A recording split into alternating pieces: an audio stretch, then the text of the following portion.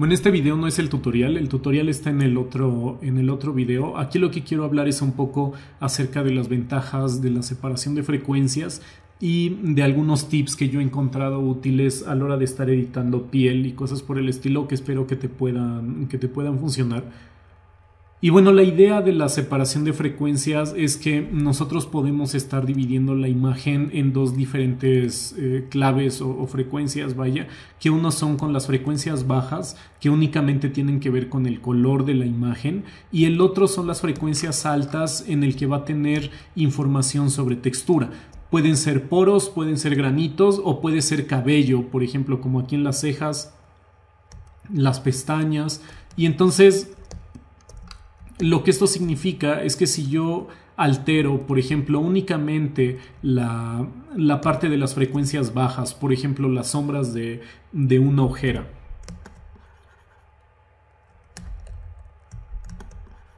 si yo agarro y hago esto, aunque sea de manera muy agresiva, si tú lo hicieras desde tu imagen original, entonces estarías perdiendo toda la información que había ahí sobre textura y se estaría haciendo ahí un amontonadero rarísimo de cosas. Sin embargo, aquí podemos ver que a pesar de que yo modifiqué la luz de la ojera, toda mi información de textura aquí sigue. Aquí siguen todos los poros, todas las líneas de la piel, cosas así. No perdí absolutamente nada. Y entonces eso es una gran ventaja, como seguramente ya estás pensando, sobre todo para estar consiguiendo retoques muy decentes y muy naturales. El problema ahorita con muchos de los retocadores o de los trabajos que se están haciendo es que se pasan con el suavizado de piel y queda demasiado como si fuera una muñeca de plástico. Está bien si estás buscando a lo mejor y ese efecto para estar haciendo alguna serie o algún trabajo en particular, pero en general yo creo que no es muy aconsejable hacer eso porque quedan resultados muy feos, muy antinaturales y bueno, al menos a mí no me gustan para nada ese tipo de retoques. Entonces la ventaja que vas a tener con la separación de frecuencias es que vas a poder conseguir una piel muy bonita, la vas a poder dejar muy pareja quitando todas las diferencias que haya de tonos en la piel. Eso va a hacer que se vea muy lisa.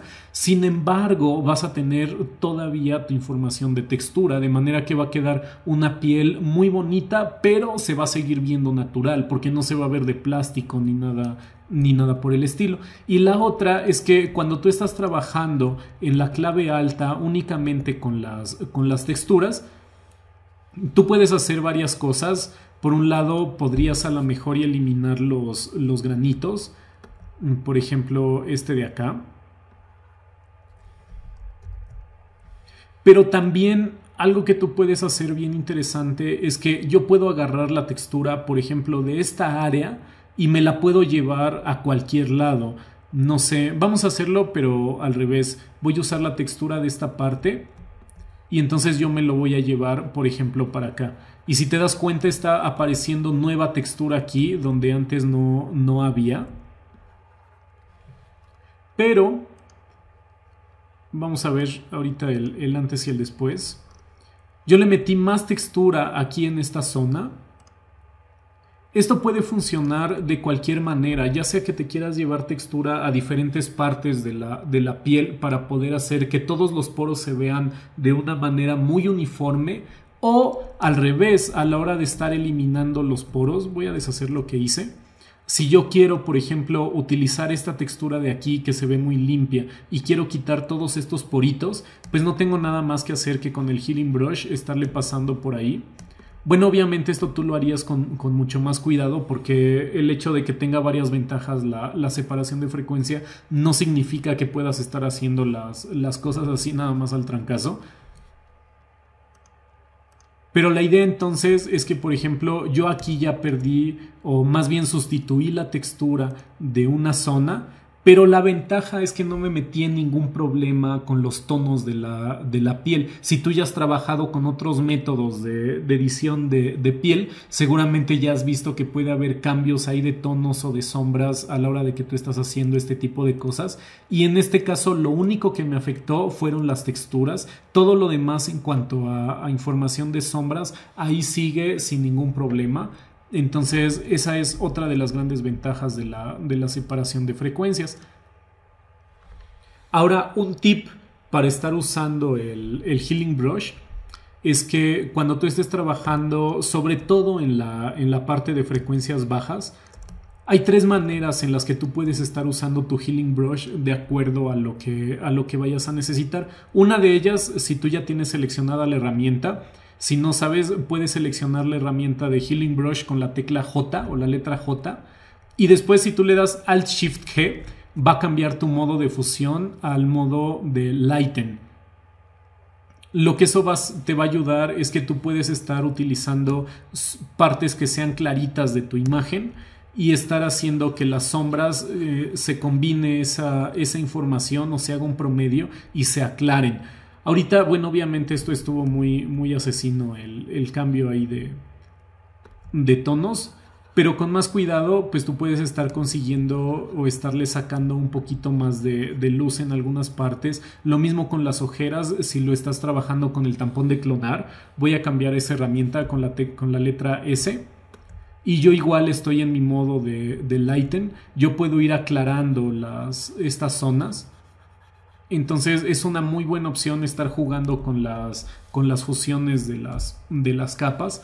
Otra manera en que tú lo puedes usar es el modo de oscurecer o darken. Si tú presionas en el Healing Brush, yo estaba aquí en el tampón de clonar, vámonos al Healing Brush otra vez con la letra J y después Alt-Shift-K, y entonces me va a llevar a mi modo de fusión de oscurecer.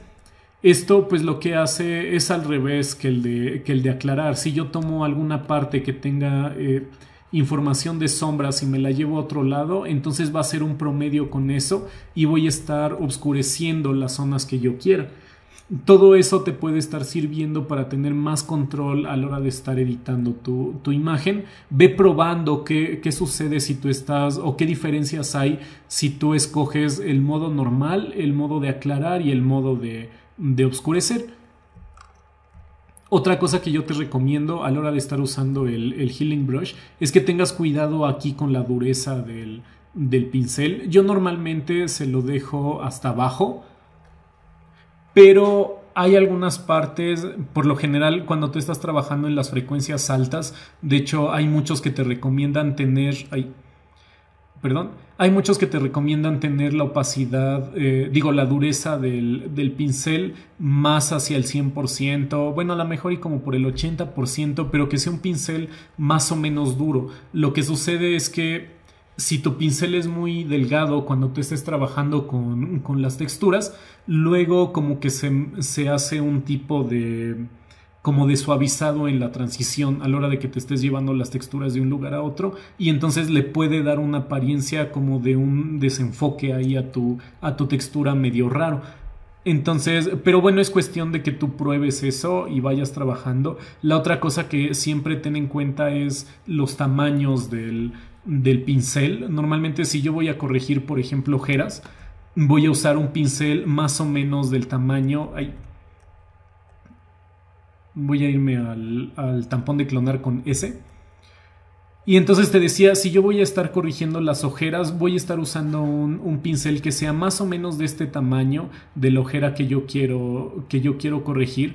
Y si fuera algo más delgadito, por ejemplo esta zona, yo no voy a usar un pincel más grande, porque si lo uso va a ser una zona muy grande la que esté abarcando mi corrección.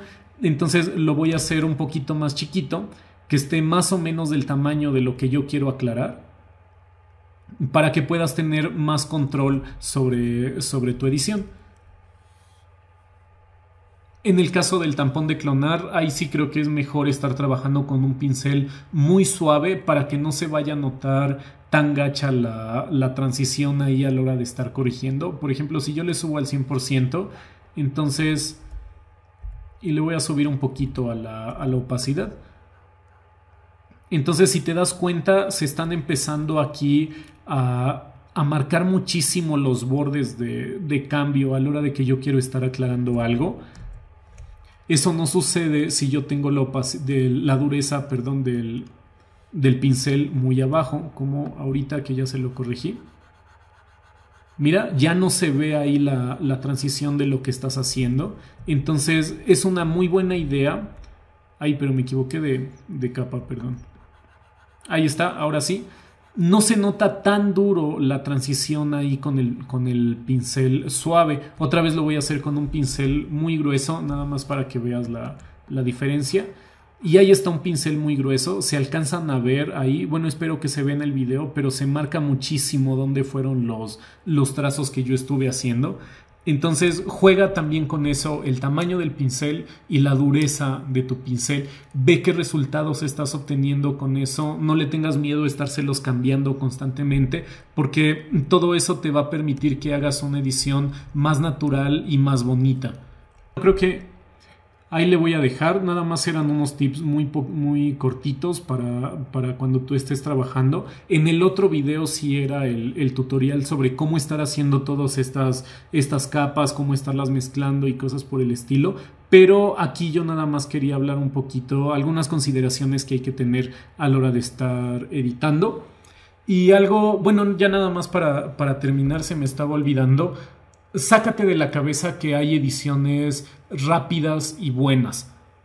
Si tú no le estás prestando atención a los detallitos, si tú no estás llegando a editar con mucha calma, con mucha paciencia y lo quieres hacer todo muy rápido, tu edición no va a salir muy bien y no va a ser tan natural como si lo estuvieras haciendo de una manera más tranquila. Entonces, yo algo que siempre les recomiendo es que se olviden, por favor, de los filtros. Si es que tú quieres hacer un buen retoque, olvídate de todas esas ideas de que puedes estar retocando la piel utilizando filtros de desenfoque o de ruido y del ruido mediano en particular y cosas por el estilo, porque eso no te va a dar unos resultados tan bonitos como la separación de frecuencia. Obviamente esta es una técnica que vas a tener que invertirle más tiempo, pero vas a tener mejores resultados. Entonces, bueno, ahí ya va a estar a tu criterio. Si a lo mejor y de plano no tienes nada de tiempo y no te importa hacer un trabajo un poquito descuidado, pues puedes estar trabajando con ese tipo de métodos.